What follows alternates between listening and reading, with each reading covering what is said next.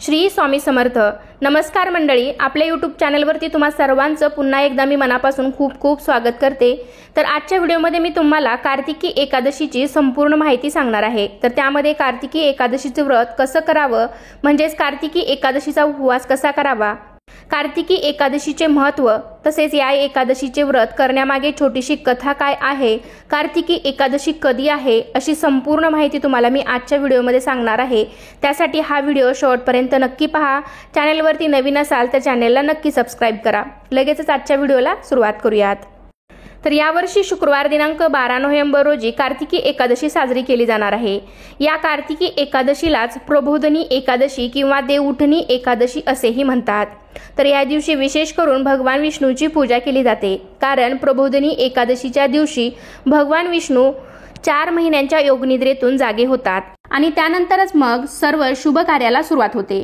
तर या दिवशी अनेक जण भगवान विष्णूला प्रसन्न करण्यासाठी व्रत आणि पूजा करतात. या दिवशी खऱ्या श्रद्धेने आणि भक्तिभावाने भगवान विष्णूची पूजा केल्यास सर्व मनोकामना पूर्ण होतात. 4 महिन्यांच्या निद्रेनंतर भगवान विष्णू देवता जागृत झाल्यावर देवउठणी एकादशीच्या दिवशी शालिग्राम आणि तुळशीचा विवाह होतो.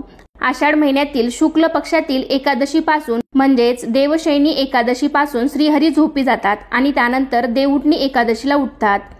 यावर्षी 12 नोव्हेंबरला एकादशी झाल्यानंतर द्वादशीपासून म्हणजेच 13 नोव्हेंबरपासून तुलसी विवाह प्रारंभ होत आहे. ते कार्तिक पौर्णिमेपर्यंत म्हणजेच 15 नोव्हेंबरपर्यंत तुम्ही कधीही तुलसी विवाह करू शकता. एकदा का तुळशीचा विवाह पार पडला की या दिवसापासून लग्नकार्य, बारसं यासारख्या सर्व शुभ कार्याला सुरुवात होते. आपल्या मराठी कॅलेंडरनुसार एकादशीच्या दुसऱ्या दिवशी म्हणजेच द्वादशीपासून तुलसी विवाह प्रारंभ होत आहे. पण काही जण एकादशीच्या दिवशी सुद्धा तुळशीचा विवाह करतात. तर तुम्ही एकादशीच्या दिवशी सुद्धा हा विवाह करू शकता. तुमच्याकडे जशी प्रथा आहे त्याप्रमाणे तुम्ही करू शकता. कार्तिक एकादशीपासून ते कार्तिकी पौर्णिमेपर्यंत तुम्हाला या दिवसामध्ये जेव्हा जमेल तेव्हा तुम्ही तुळशीचा विवाह करू शकता. देवउठणी एकादशीची पूजा कशी करावी, तर या दिवशी सकाळी लवकर उठावे, स्वच्छ स्नान करावे, स्वच्छ कपडे परिधान करून सूर्यदेवाला अर्घ्य अर्पण करावे. त्यानंतर घरातील सर्व देवी देवतांची अगदी मनोभावे पूजा करावी. तसेच या दिवशी भगवान विष्णूंना पिवळी फुले, चंदन, तुळस अर्पण करावी. धूप दीप लावून त्यांची आरती करावी. कारण या दिवशी भगवान विष्णू 4 महिन्यांच्या निद्रेतून जागे होतात. त्यामुळे या दिवशी मनोभावे विधिवत आपल्याला श्रीकृष्णाची किंवा त्यांच्या रूपातल्या बाळकृष्णाची पूजा करायची आहे.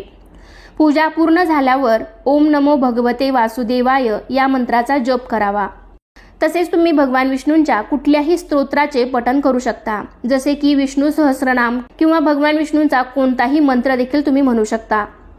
त्यानंतर सर्वात शेवटी भगवान विष्णूंना नैवेद्य अर्पण करावा आणि सर्वात शेवटी मनोभावे नमस्कार करावा.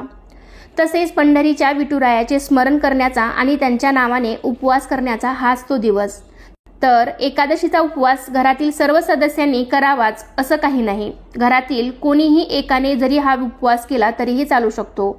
तर हा उपवास दिवसभर करावा. या उपवासाला तुम्ही सर्व प्रकारचे साबुदाण्याचे पदार्थ, भगरीचे पदार्थ, तसेच वेपर्स, दूध हे सुद्धा तुम्ही या उपवासाला घेऊ शकता.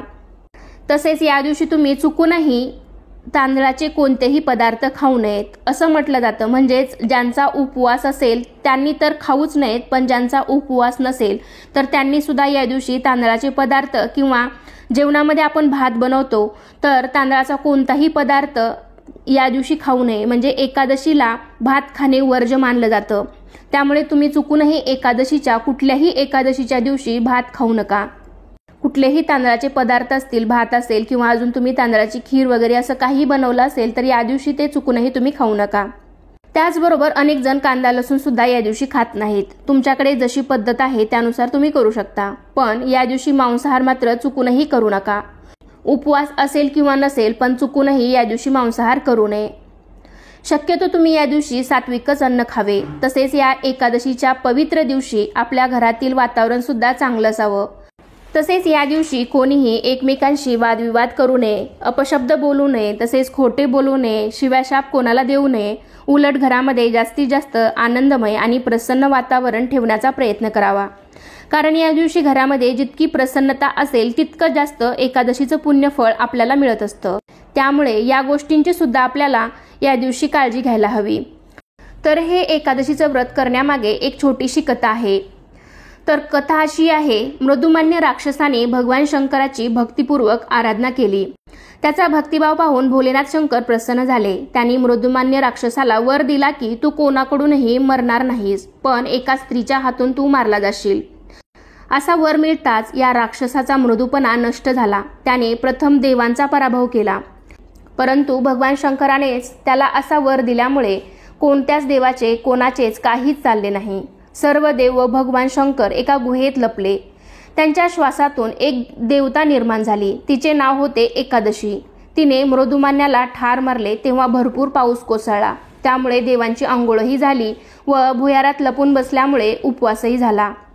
त्या दिवशीच्या घटनेपासून एकादशीचे व्रत म्हणून उपवास करण्याची प्रथा सुरू झाली। तर अशी ही एकादशीचे व्रत करण्यामागे छोटीशी कथा आहे। तर अशा प्रकारे आजच्या व्हिडिओमध्ये मी तुम्हाला कार्तिकी एकादशीबद्दल बरीच माहिती देण्याचा प्रयत्न केलेला आहे। तर कसा वाटला तुम्हाला आजचा व्हिडिओ नक्कीच मला कमेंटद्वारे सांगा। व्हिडिओ आवडला असेल तर व्हिडिओला लाईक करा, तुमच्या फ्रेंड फॅमिलीमध्ये शेअर करायला विसरू नका। चला तर पुन्हा भेटूया अशाच एका छानशा आणि माहितीपूर्ण व्हिडिओमध्ये। तोपर्यंत धन्यवाद। श्री स्वामी समर्थ।